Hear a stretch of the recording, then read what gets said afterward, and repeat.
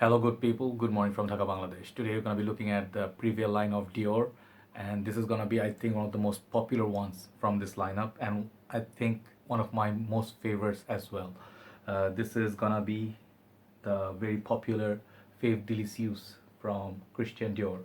So this perfume I have been testing for some time. Thanks very much, Dr. Jafferi, for providing me with this bottle. Just like many of your other fragrances, high-end niche and designer fragrances. So I'm apologizing right in the beginning, guys, because voice would be a little bit weaker.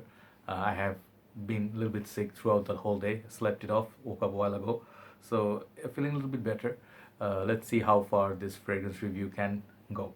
So first of all, Dior and Chanel, these two are the top two designer brands. You guys know, like, top tier designer brands, and they are having also their more upper class line that is part of their niche line. So Fève Délicieuse is one fragrance, is one of my bucket list. I always wanted to try it, review it, and own it someday. But at this present moment, these are very expensive, so I cannot afford it right now. But the most important thing is I can review it. So thank you very much, Doc. Like this, you bought a gem here. So let me tell you what I get from this perfume and show you the packaging, and I'll talk about the batch and the longevity. So there are two batches as far as I know. It was released in 2015.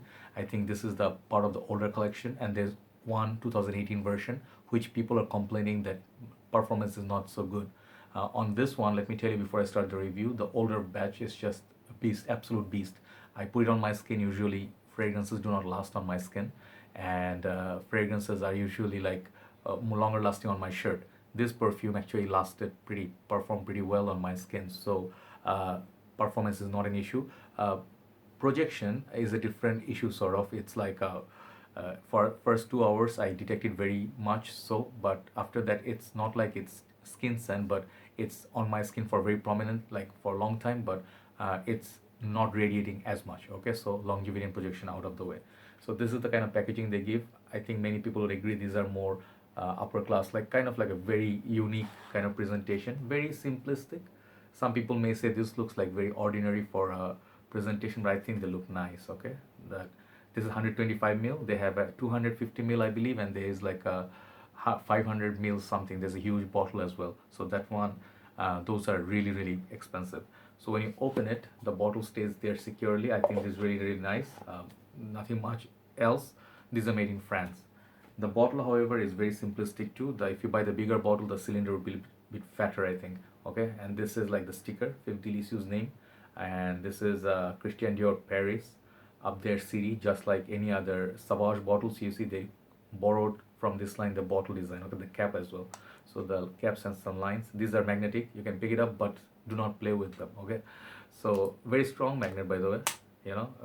You can actually pick it up, but I wouldn't risk it. Okay, and the juice color is just something to, like, just stare at it. It's like it's very mesmerizing juice color. Okay, I really love how gorgeous this looks. This is I think marketed for women and men both, unisex. Bottom you find, I think, your sticker, no, sorry, to just the batch code, and I think CD inside. It will be written CD instead of the fly. Okay, so here is the atomizer, silver spray.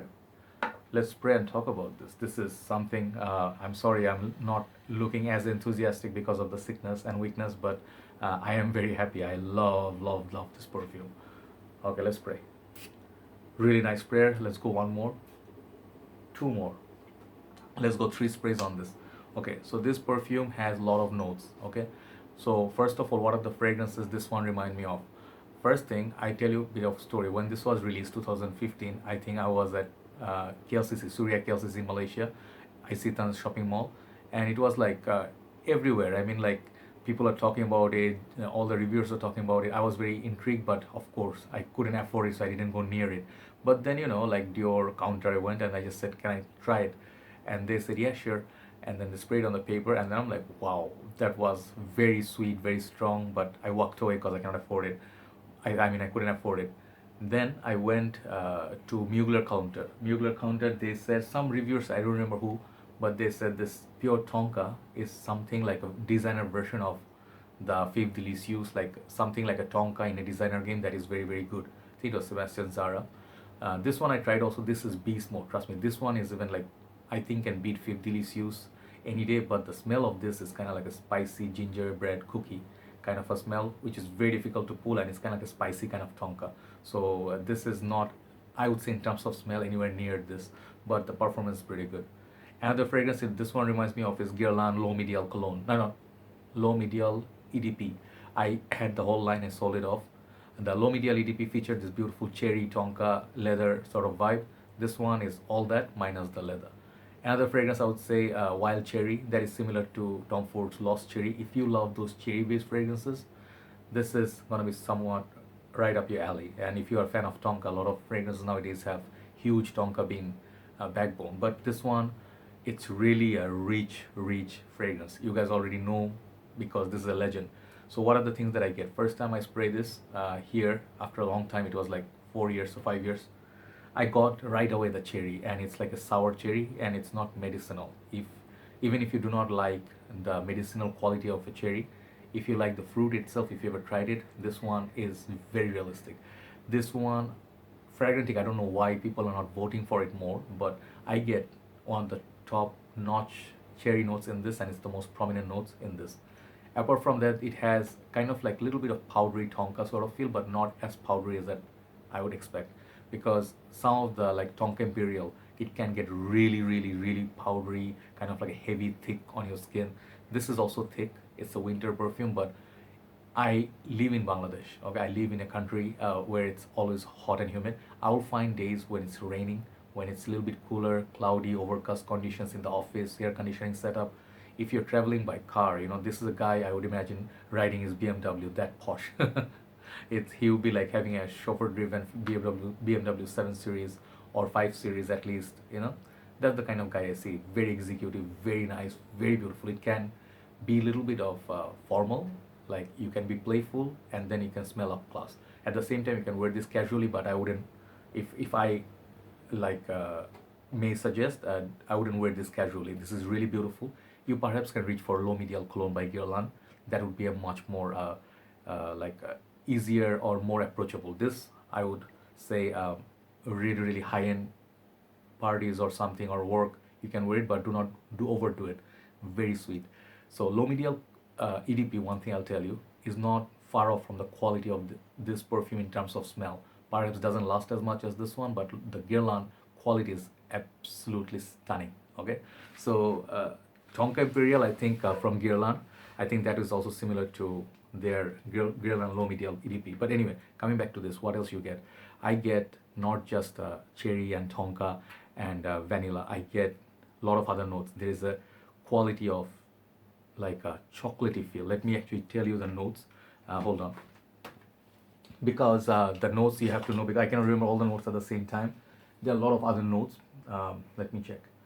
It has notes like a mint, lavender, I think, yeah, mint, lavender, and bergamot, and then the sour cherry, I think freesia, then there's jasmine, then there is what is that, benzoin sweetness, caramel, milky kind of note, sandalwood, yeah, this one also has leather, then the cacao, tonka, and then there's another note of praline. So this is very much like that gourmand territory, and it's very yummy. This fragrance also reminds me of Angel Muse by Thierry Mugler. If you ever tried that, very similar sort of chocolatey, kind of like that praline.